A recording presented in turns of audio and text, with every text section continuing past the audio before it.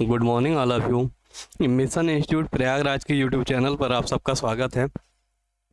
आप लोगों की हिंदी की क्लासेस हो रही थी। हिंदी में आप लोगों ने वर्णमाला चैप्टर, संज्ञा, सर्वनाम और क्रिया चैप्टर को कंप्लीट कर लिया है। कल हम लोगों ने जो प्रैक्टिस देखी है वो विशेषण की प्रैक्टिस देखी है, और आज इसी प्रैक्टिस के क्रम में हम लोग आज जिस चैप्टर की प्रैक्टिस करेंगे उस चैप्टर का नाम है आपके क्रिया। चैप्टर का नाम क्या है? क्रिया। तो क्रिया चैप्टर की हम प्रैक्टिस करेंगे। इसके कॉन्सेप्ट को हम लोग देख चुके हैं और कॉन्सेप्ट को बहुत ही अच्छे तरीके से हम लोगों ने विथ एक्सप्लेनेशन देखा है। तो चैनल पर अगर आपने वो वीडियो नहीं देखा है तो चैनल पर विज़िट करिए और उस वीडियो को जा कर के देखिए और अपने क्रिया से जितने भी आपके क्रिया से संबंधित डाउट हैं उन सभी डाउट को दूर करिए। चलिए आज हम लोग इसकी प्रैक्टिस करेंगे और देखेंगे कि क्रिया चैप्टर से आपके प्रीवियस ईयर में जो भी आपके पिछले एग्ज़ाम हुए हैं उनमें कैसे कैसे क्वेश्चन पुटअप किए गए हैं। चलिए देखते हैं ज़रा। चलिए पहला क्वेश्चन है आपका क्रिया चैप्टर से, और क्या कह रहा है देखिए, क्रिया बेसिकली होता क्या है, थोड़ा सा क्रिया के बारे में जान लीजिए। क्रिया होता क्या है, क्रिया कहते किसे हैं? तो जिस शब्द से जिस भी शब्द से वाक्य में जिस शब्द से वाक्य में कार्य का करना जिस शब्द से वाक्य में कार्य का करना या होना पाया जाए, करना या होना पाया जाए जिस शब्द से वाक्य में कार्य का करना या होना पाया जाए क्रिया कहलाता है। क्रिया कहलाता है। क्रिया कहलाता है।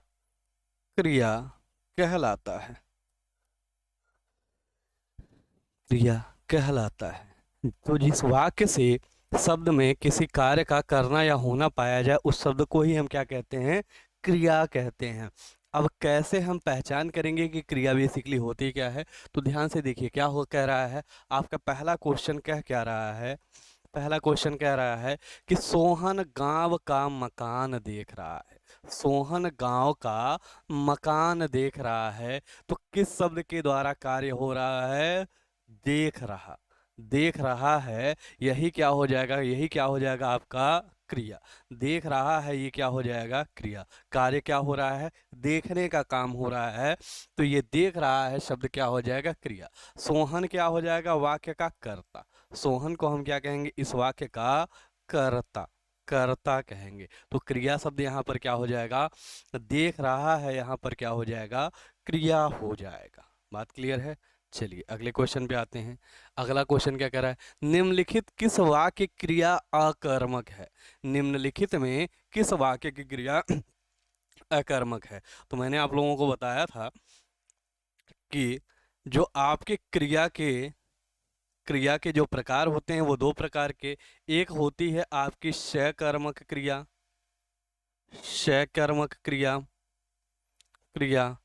और एक होता है आपका अकर्मक क्रिया।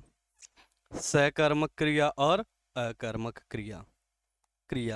अब किसे आप कहेंगे सकर्मक क्रिया और किसे कहेंगे अकर्मक क्रिया? तो जब क्रिया कर्म के साथ प्रयुक्त हो, क्रिया कर्म के साथ प्रयुक्त हो तो क्रिया कैसी होगी आपकी? सकर्मक। और क्रिया अगर कर्म के बिना प्रयुक्त हो, क्रिया अगर कर्म के बिना प्रयुक्त हो तो क्रिया कैसी होगी आपकी? अकर्मक क्रिया। अगर क्रिया कर्म के साथ आ रही है तो क्रिया कैसी होगी? सकर्मक क्रिया। और क्रिया अगर कर्म के बिना आ रही है तो क्रिया कैसी होगी? अकर्मक क्रिया। अब कैसे आप कर्म को पहचानेंगे? तो ध्यान से देखिए, कभी भी अकर्मक और सकर्मक की पहचान करने के लिए आप जो आपकी मुख्य क्रिया होगा, शब्द में जो मुख्य क्रिया शब्द होगा, इससे क्या के द्वारा प्रश्न करिए। इससे क्या के द्वारा प्रश्न करिए। अगर आपको उत्तर मिल रहा है, आपको कोई भी उत्तर मिल रहा है तो क्रिया कैसी हो जाएगी? सकर्मक। उत्तर मिलने पर क्रिया कैसी होगी? सकर्मक होगी। और अगर उत्तर नहीं मिल रहा है तो क्रिया कैसी हो जाएगी? अकर्मक। अब जरा हर एक क्वेश्चन को, हर एक ऑप्शन को चेक करिए। दीना निबंध लिखता है, दीना निबंध लिखता है। अब क्वेश्चन करिए क्या लिखता है, तो जवाब में क्या मिल रहा है, निबंध। और यही निबंध क्या हो जाएगा, कर्म। और निबंध के कर्म होते ही क्रिया कैसी हो जाएगी, सकर्मक। और पूछा क्या है आपसे, अकर्मक, तो जवाब ये नहीं होगा, जवाब ये नहीं होगा। ठीक है, जवाब ये नहीं होगा। अब अगर पूछा जाए क्या उड़ रहे हैं, तो आपका जवाब पक्षी नहीं होगा। क्या उड़ रहे हैं, इसका जवाब पक्षी नहीं होगा। जब पूछा जाएगा कौन उड़ रहे हैं, तब जवाब होगा पक्षी।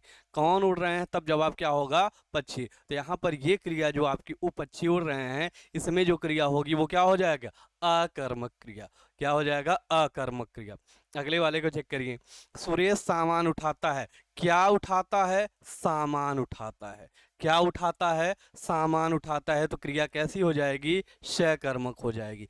रोहित बलराम को खिला रहा है, किसको खिला रहा है, क्या और किसको से प्रश्न करेंगे।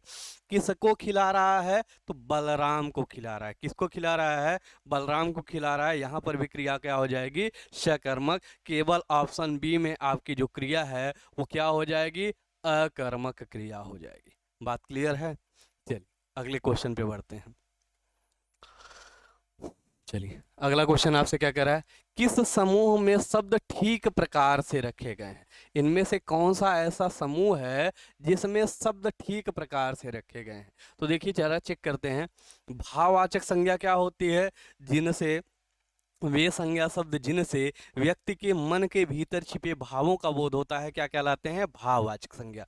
अब देखिए निराशा अपने आप में एक भाववाचक संज्ञा है, हताशा भाववाचक संज्ञा है, भलाई भाववाचक संज्ञा है, विजय भाववाचक संज्ञा, और भाग्य भी भाववाचक संज्ञा।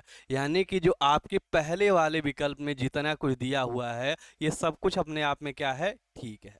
ये सब कुछ अपने आप में क्या है, ठीक है। विशेषण क्या होते हैं, जो संज्ञा अथवा सर्वनाम की विशेषता बताए उसी को क्या कहा जाता है, विशेषण। तो शक्तिशाली ये क्या बता रहा है, विशेषण बता रहा है, विशेषण है, विशेषता बता रहा है। पराधीन विशेषता बता रहा है, सभ्य विशेषता बता रहा है, स्वेच्छाचारी विशेषता बता रहा है, और पुराना भी क्या बता रहा है, विशेषता बता रहा है। तो ये सभी शब्द क्या हो जाएंगे, आपके विशेषण हो जाएंगे। सभी शब्द क्या हो जाएंगे, विशेषण। सर्वनाम क्या होते हैं, संज्ञा के स्थान पर प्रयुक्त वे शब्द जिनसे संज्ञा के समान ही अर्थ प्राप्त हो, क्या कहलाते हैं, सर्वनाम। जैसे कहा जाए मैं, तुम, हम, तुम्हारा, क्या, क्यों, ये सभी के सभी शब्द क्या हैं, सर्वनाम है। तो तीसरे वाले ऑप्शन में जो कुछ शब्द दिया हुआ है ये भी अपने आप में क्या है, ठीक है। अब जरा हम चौथे को चेक करते हैं, अकर्मक क्रियाएं।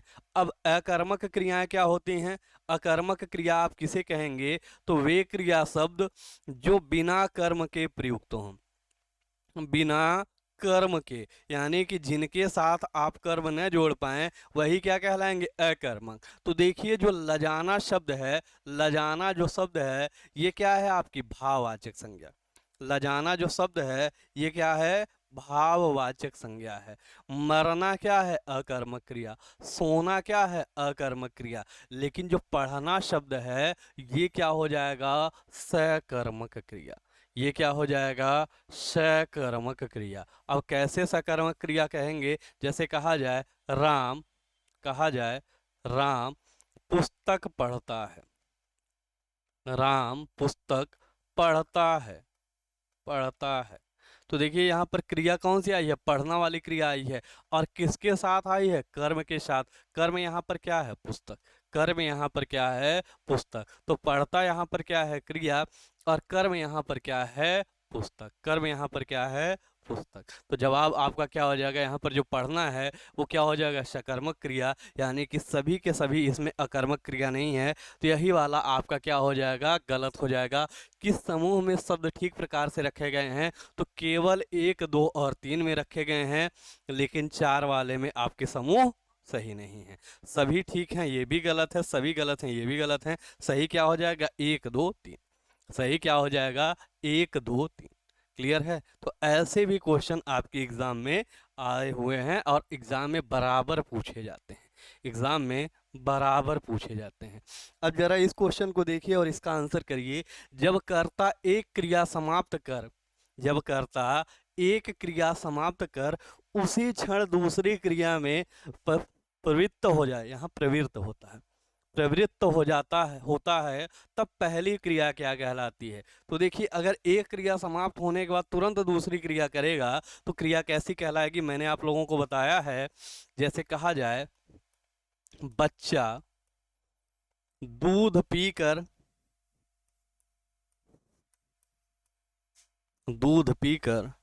सो गया, सो गया।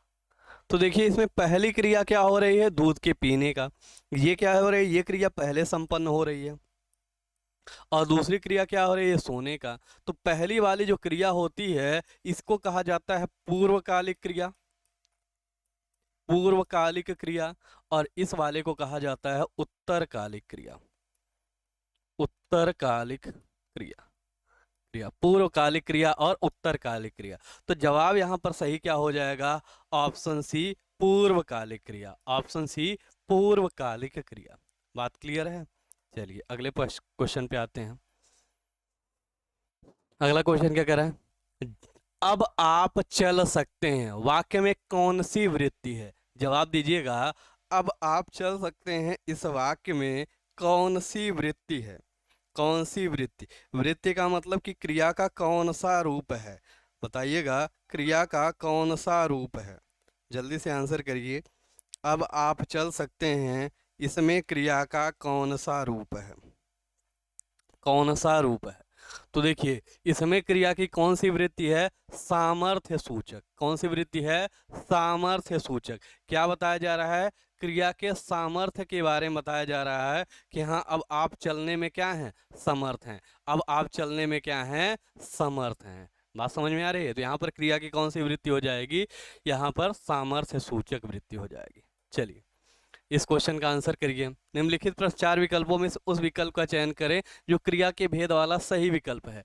दीपा ने गाय को चारा खिलाया, दीपा ने गाय को चारा खिलाया, इसमें कौन सी क्रिया होगी, कौन सी क्रिया होगी, जल्दी से आंसर करिए। दीपा ने गाय को चारा खिलाया, कौन सी क्रिया होगी, कौन सी क्रिया होगी। देखिए ध्यान से, देखिए इस वाक्य में जो दीपा है ये क्या है, कर्ता। दीपा जो है ये क्या है, कर्ता, कर्ता।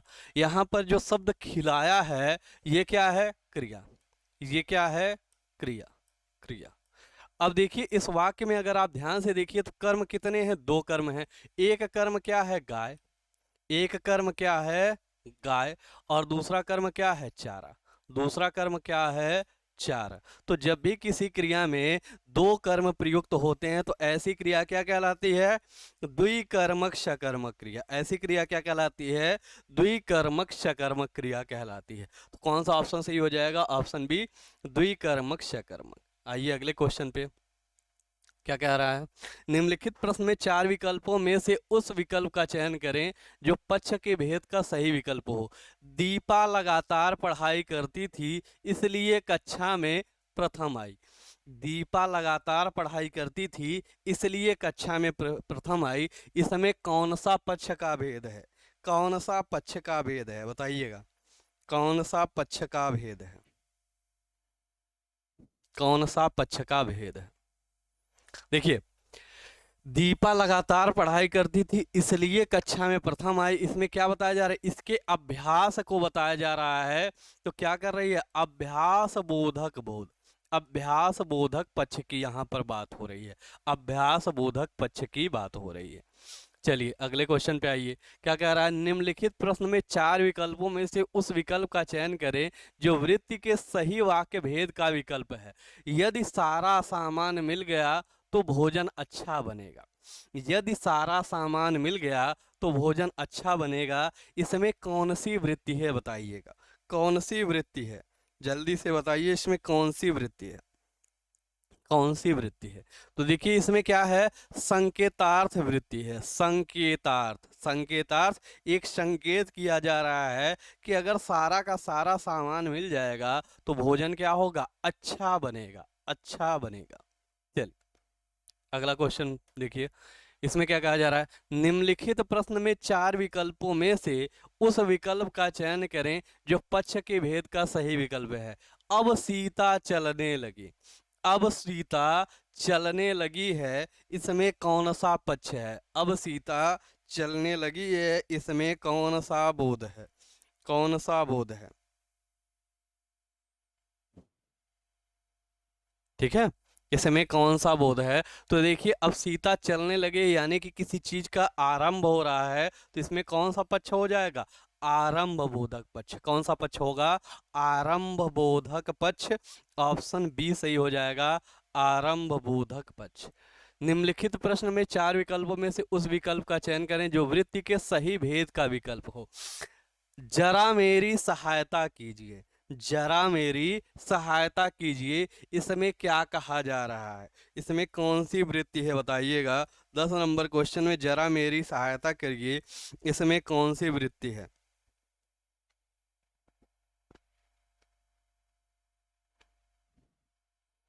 देखिए, तो इसमें क्या है? विद्यार्थ भेद है, विद्यार्थ भेद है, विद्यार्थ भेद है। जब भी कुछ ऐसा कहा जाए, जरा मेरी सहायता कीजिए, जरा मेरी मदद कीजिए, ठीक है, तो इन सारे शब्दों में कौन सा भेद होगा? विद्यार्थ वृत्ति होगा। चलिए अगले क्वेश्चन पे आइए। निम्न में प्रेरणार्थक क्रिया कौन सी है? कौन सी प्रेरणार्थक क्रिया? कौन सी प्रेरणार्थक क्रिया है? तो देखिए, उठना, उड़ना, ये दोनों कैसी क्रियाएं हैं? ये दोनों आपकी अकर्मक क्रिया है, अकर्मक क्रिया। चलना, ये भी कैसी क्रिया है? अकर्मक क्रिया, अकर्मक क्रिया। लेकिन जो शब्द दिलाना है, ये क्या हो जाएगी? प्रेरणार्थक क्रिया। ये क्या हो जाएगी? प्रेरणार्थक क्रिया। प्रेरणार्थक क्रिया क्या होती है? जब कर्ता स्वयं कार्य न करके किसी और को कार्य करने के लिए प्रेरित करता है, तो क्रिया क्या कहलाती है? प्रेरणार्थक क्रिया कहलाती है। क्रिया क्या कहलाती है? प्रेरणार्थक क्रिया कहलाती है। पढ़ रहा था, इसमें कौन सी क्रिया है? पढ़ रहा था, इसमें कौन सी क्रिया है? बताइएगा, बताइएगा। पढ़ रहा था, इसमें कौन सी क्रिया है? कौन सी क्रिया है? इसमें कौन सी क्रिया है?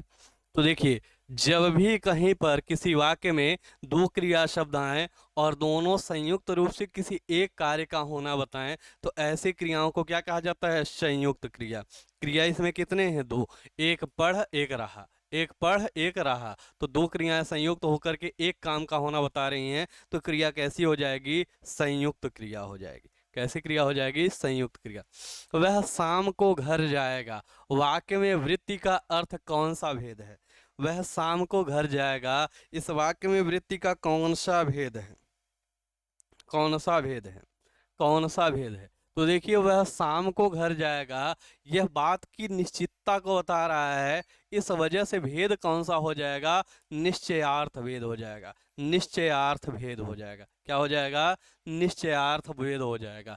जब संभावना व्यक्त की जाएगी तो वहां पर क्या होगा? संभावनार्थ भेद। संकेत व्यक्त किया जाएगा, यानी कि कहा जाएगा अगर यह काम हो जाएगा तो यह काम, दूसरा काम हो जाएगा। एक दूसरे पर निर्भरता बताई जाएगी, क्या हो जाएगा? संकेतार्थ वाक्य। और जब मदद या सहायता के लिए कुछ कहा जाएगा तो वहां पर क्या हो जाएगा? विद्यार्थ वृत्ति हो जाएगी। सही जवाब क्या होगा? निश्चयार्थ वृत्ति। आगे आइए। वह भोजन बनाता है, वाक्य में कौन सा पक्ष है? बताइएगा। वह भोजन बनाता है, इस वाक्य में कौन सा पक्ष है? कौन सा पक्ष है? कौन सा पक्ष है? वह भोजन बनाता है, वाक्य में कौन सा पक्ष है? तो वह भोजन बनाता है, इस वाक्य में कौन सा पक्ष है? आवृत्ति मूलक पक्ष है। कौन सा पक्ष है? आवृत्ति मूलक पक्ष। वह भोजन बनाता है, ऐसे वाक्य में कौन सा पक्ष है? आवृत्ति मूलक पक्ष है। जरा इसे देखिए, अगला क्वेश्चन क्या कह रहा है? जिस क्रिया से संचालित व्यापार का फल कर्ता को छोड़कर कर्म पर पड़ता है, वो कौन सी क्रिया होती है? यानी कि जो आपका क्रिया का फल है, व्यापार का फल है, वो कर्ता पर न पड़ के किस पे पड़े? कर्म पे पड़े। ऐसी क्रिया क्या कहलाती है? तो ऐसी क्रिया को क्या कहा जाएगा? तो ऐसी क्रिया कहलाएगी आपकी सकर्मक क्रिया। क्या कहलाएगी? सकर्मक क्रिया। यानी कि जो क्रिया का प्रभाव है वह किस पे पड़े? कर्म पे पड़े, तो वहां पर क्रिया कैसी होगी? सकर्मक क्रिया हो जाएगी। क्या क्रिया होगी? सकर्मक क्रिया हो जाएगी। चलिए, क्रिया के मूल रूप को क्या कहते हैं? तो क्रिया का जो मूल रूप होता है, क्रिया का जो मूल रूप होता है वो क्या कहलाता है? धातु कहलाता है। क्या कहलाता है? धातु कहलाता है। तो कौन सा ऑप्शन सही होगा? ऑप्शन सी सही हो जाएगा। क्रिया के मूल रूप को क्या कहते हैं? धातु कहते हैं। धातु कहते हैं। क्या कह रहा है? राम सो रहा है, इस वाक्य में कौन सी क्रिया है? तो राम सो रहा है, अब सोना जागना, समझिएगा, सोना जागना उठना उड़ना ये सारी, चलना, ये सारी कैसी क्रियाएं होती हैं? अकर्मक क्रियाएं। रोना धोना ये सब कैसी क्रियाएं होंगी? अकर्मक क्रियाएं। कैसी क्रिया? अकर्मक क्रिया होगी। अकर्मक क्रिया होगी। निम्न में प्रेरणार्थक क्रिया है। प्रेरणार्थक क्रिया तो देखिए, उठना चमकना देना ये सब प्रेरणार्थक क्रिया नहीं है, लेकिन जो शब्द है गिराना ये कैसी क्रिया हो जाएगी? प्रेरणार्थक क्रिया।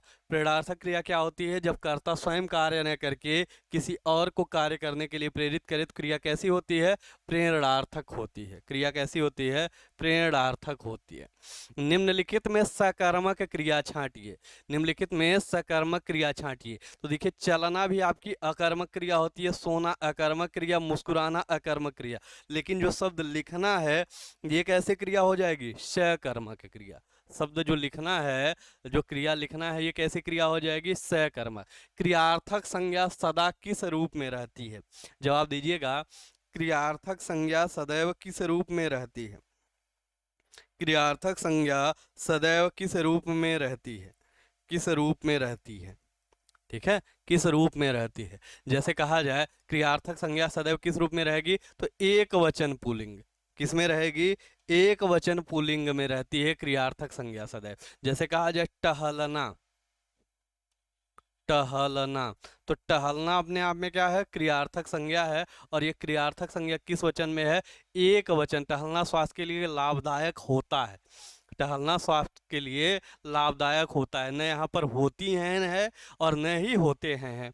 तो शब्द कैसा होगा? एक वचन पुल्लिंग का होगा। चलिए अगले प्रश्न में आइए। कौन सा संयुक्त क्रिया का भेद नहीं है? कौन सा संयुक्त क्रिया का भेद नहीं है? अब संयुक्त क्रिया का भेद कौन सा नहीं है बताइएगा। 22 नंबर क्वेश्चन, कौन सा संयुक्त क्रिया का भेद नहीं है? नहीं है, नहीं है। तो इसमें जो शब्द है आपका नाम बोधक, यही आपके संयुक्त क्रिया का भेद नहीं है। जो आपका नाम बोधक शब्द है ये आपके संयुक्त क्रिया का भेद नहीं है। बाकी अवकाश बोधक, निश्चय बोधक और नित्यता बोधक ये आपके संयुक्त क्रिया के भेद हैं। चलिए अगले प्रश्न पे। हाँ, तो अगला क्वेश्चन देखिए क्या कहा जा रहा है। हथियाना चिकनाना किस प्रकार की क्रिया है? तो ये दोनों जो क्रियाएं हैं वो किस प्रकार की क्रिया है? नाम धातु क्रिया। कैसी क्रिया है? नाम धातु क्रिया। नाम धातु क्रिया। कैसी क्रिया है? नाम धातु क्रिया। नाम धातु क्रिया क्या होती है? जो शब्द, जो क्रिया शब्द आपके संज्ञा अथवा सर्वनाम से बनते हैं उन्हीं को क्या कहा जाता है? नाम धातु क्रिया। तो हाथ से बना है आपका हथियाना और चिकना से बना है चिकनाना। चिकना से बना है चिकनाना। तो ये दोनों क्रियाएं कैसी हो जाएंगी? नाम धातु क्रिया। नाम धातु क्रिया। चलिए अगले क्वेश्चन पे आइए। अब पढ़कर क्या होगा? इस वाक्य में कौन सी क्रिया है? इस वाक्य में कौन सी क्रिया है बताइएगा। अब पढ़कर क्या होगा? 24 नंबर क्वेश्चन का आंसर करिए। अब पढ़कर क्या होगा, इस वाक्य में कौन सी क्रिया है? तो मैंने आप लोगों को बताया था कि जब भी किसी क्रिया शब्द के साथ, जब भी कहीं पर क्रिया शब्द के साथ कर प्रत्यय लगे, क्रिया शब्द के साथ कर प्रत्यय लगे तो हमेशा वो क्रिया कैसी क्रिया होगी आपकी? वो क्रिया कैसी क्रिया होगी? पूर्वकालिक क्रिया। क्रिया के साथ कहीं पर भी अगर आपको कर प्रत्यय दिखेगा तो क्रिया कैसी होगी? पूर्वकालिक क्रिया। पूर्वकालिक क्रिया। यहाँ पर सही जवाब क्या हो जाएगा? ऑप्शन सी, पूर्वकालिक क्रिया। अब पढ़कर क्या होगा? तो पढ़कर क्या है? पूर्वकालिक क्रिया। पूर्वकालिक क्रिया। चलिए, निम्नलिखित में, ये थोड़ा सा गलत टाइप हुआ है, एक मिनट, ये होगा निम्नलिखित में। निम्नलिखित में ऐसे लिख लीजिए, निम्न। निम्न में प्रेरणार्थक क्रिया है। प्रेरणार्थक क्रिया है तो देखिए, चलना, पढ़ना और बदलना ये तीनों प्रेरणार्थक क्रिया नहीं है, लेकिन जगाना क्या है? प्रेरणार्थक क्रिया। जगाना क्या है? प्रेरणार्थक क्रिया है। अगले क्वेश्चन पे आइए, क्या कह रहा है अगला क्वेश्चन?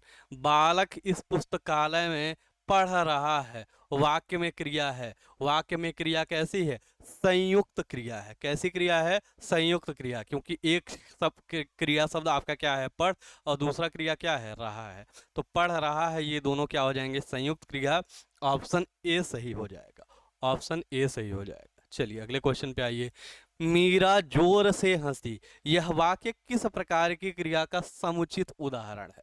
मीरा जोर से हंसी, यह वाक्य किस क्रिया का समुचित उदाहरण है? तो हंसना, रोना, सोना, ये सारे जो क्रिया शब्द होते हैं वो क्या होते हैं? अकर्मक क्रिया। क्या होते हैं आपके? अकर्मक क्रिया। बिना कर्म के क्रिया प्रयुक्त होती है तो क्या कहलाएगी? अकर्मक। जरा इस क्वेश्चन को देखिए क्या कह रहा है। मैंने रमेश से पत्र लिखवाया। मैंने रमेश से पत्र लिखवाया, तो देखिए यहाँ पर क्रिया क्या है? लिखवाया। और लिखवाया क्या है? प्रेरणार्थक क्रिया। कैसी क्रिया है? प्रेरणार्थक क्रिया। काम स्वयं ने करके किसी दूसरे से करवाया जा रहा है, तो क्रिया कैसी हो जाएगी? प्रेरणार्थक क्रिया। अगले क्वेश्चन पे आइए। चूड़ी अच्छी थी, चूड़ी अच्छी थी, कौन सी क्रिया है? चूड़ी अच्छी थी, इसमें कौन सी क्रिया है? कौन सी क्रिया है? तो इसमें कौन सी क्रिया है? इसमें कौन सी क्रिया है? योजक क्रिया है। योजक क्रिया है। जब दो चीजों को कोई भी क्रिया शब्द जोड़े तो उसे क्या कहेंगे? योजक क्रिया। चूड़ी अच्छी थी में थी कौन सी क्रिया है? योजक क्रिया। क्या है? योजक क्रिया, क्योंकि दोनों को जोड़ रहा है ना, चूड़ी अच्छी, और इन दोनों को जोड़ कौन रहा है? योजक क्रिया थी शब्द जोड़ रहा है। चलिए, मूल अकर्मक धातुओं के साथ प्रत्यय जोड़कर बनाई गई क्रिया धातुएं क्या कहलाती हैं? क्रिया धातुएं क्या कहलाती हैं बताइएगा? मूल अकर्मक के साथ प्रत्यय जोड़कर बनाई गई क्रिया धातुएं क्या कहलाती हैं? क्या कहलाती हैं? क्या कहलाती हैं? तो आपका जवाब क्या हो जाएगा? साधित सकर्मक धातु। क्या हो जाएगा? साधित सकर्मक धातु। साधित सकर्मक धातु। चलिए, ये आज की प्रैक्टिस के सारे क्वेश्चन थे, और ये सभी क्वेश्चन आपके क्रिया चैप्टर से थे। और अभी और भी हम क्वेश्चंस को लेंगे क्रिया चैप्टर से, तो आप लोग प्रैक्टिस करते रहिए, रेगुलरली प्रैक्टिस करते रहिए, और अपनी चीज़ों को इम्प्रूव करते रहिए। आज के लिए इतना ही, कल फिर मुलाकात होगी, तब तक के लिए जय हिंद, जय भारत।